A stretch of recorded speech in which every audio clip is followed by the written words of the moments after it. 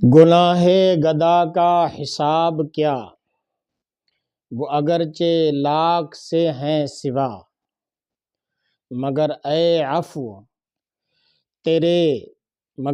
عفو تیرے عفو کا نہ حساب ہے نہ شمار ہے۔ کہتے ہیں کہ دو بھائی تھے، ایک پرہیزگار دوسرا بدکار۔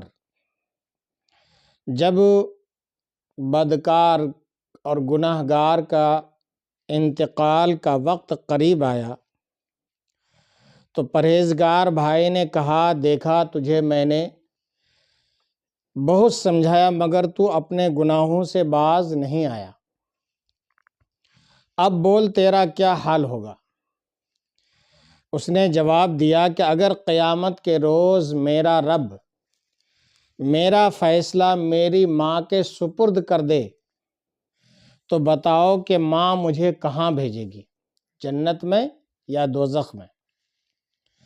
پرہیزگار بھائی نے کہا کہ ماں تو واقعی جنت میں ہی بھیجے گی، کیونکہ ماں ہوتی ہے۔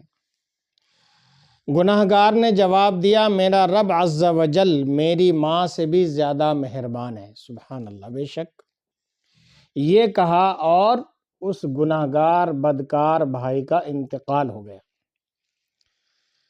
بڑے بھائی نے خواب میں اسے کچھ دنوں کے بعد دیکھا تو وہ نہایت خوشحال تھا۔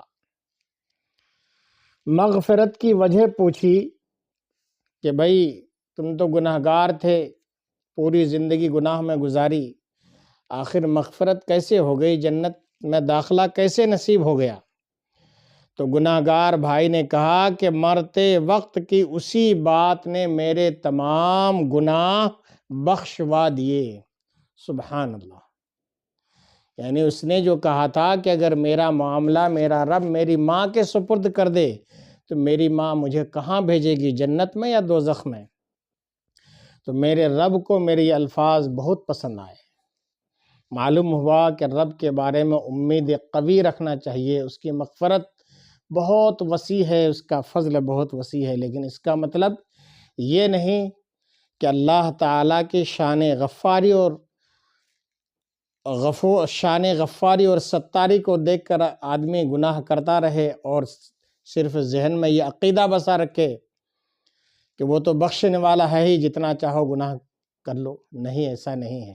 اللہ کے قہر و غضب سے ڈرتا بھی رہے اور اس کی رحمت اور اس کے فضل پر نظر بھی رکھے اور اپنے آپ کو گناہوں سے بچا کر زندگی گزارے۔